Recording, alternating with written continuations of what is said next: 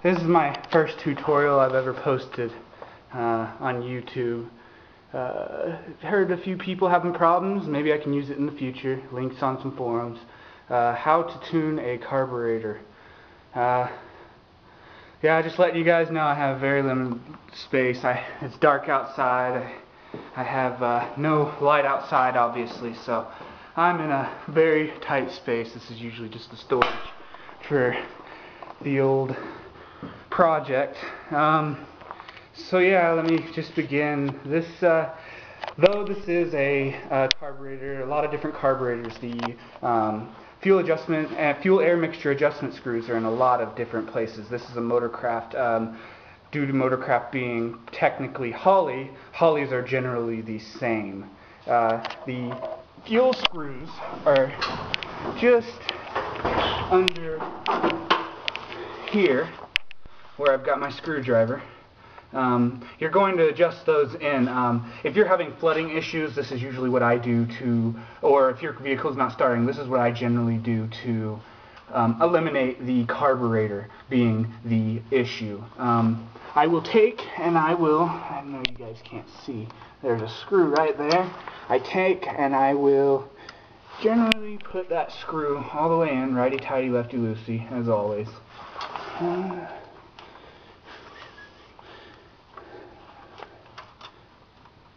on. It slips off. If it ain't leaking oil, it's out with these old Fords. Everybody will get a good kick out of that.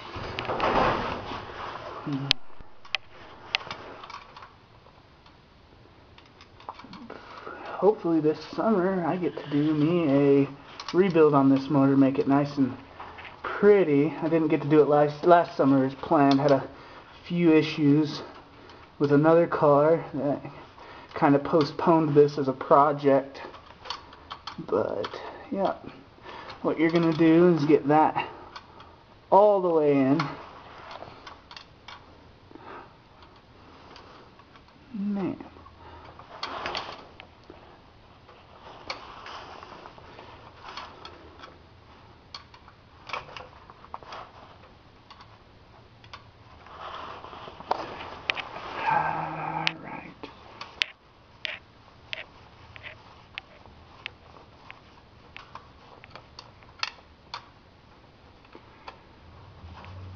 Alright, now if your vehicle has been flooding or flooded, this is what I usually do.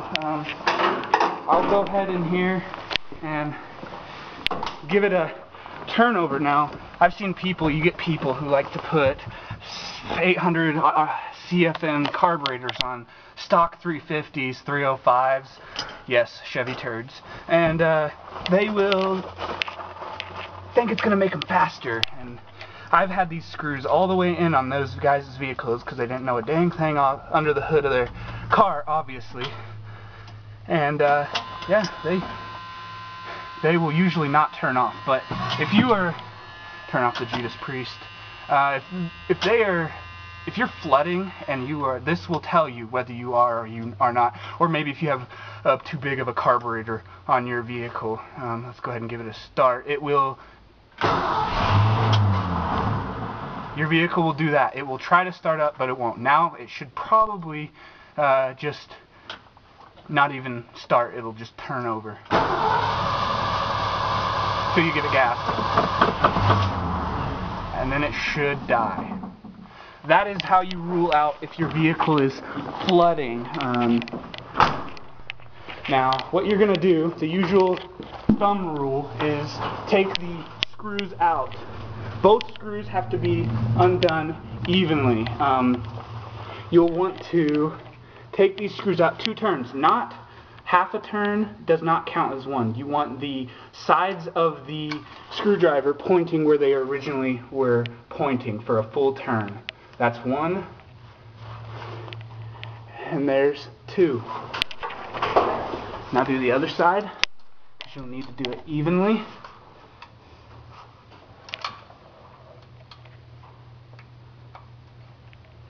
This one is always a pain in the butt.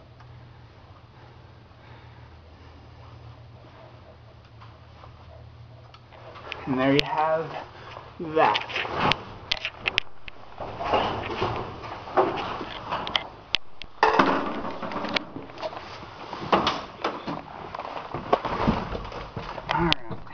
It should start.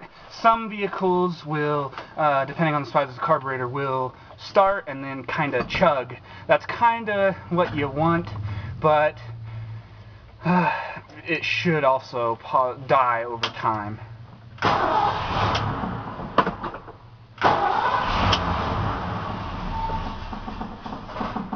That's another thing that you want to check in case you are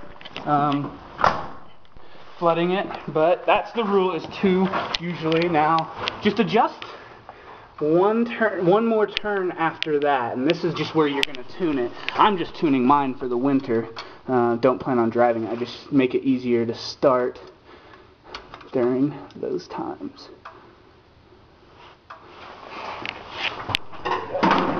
Now,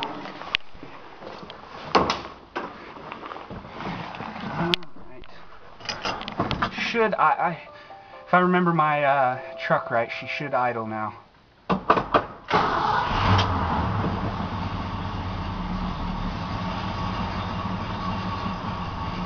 See, I'm still, there goes my light. I'm still kind of dying. Now you just want to adjust accordingly. Since it's running a little, I'm going to keep her running, feed her fuel, and keep on tuning. You're going to want to watch the fan below your arm. I do not recommend that you do it like this. Do as I say, not as I do. Go ahead and adjust half out. There's that side.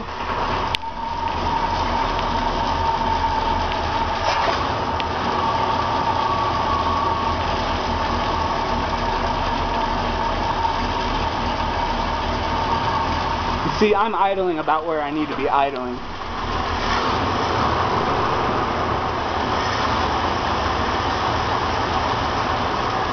And there you have it.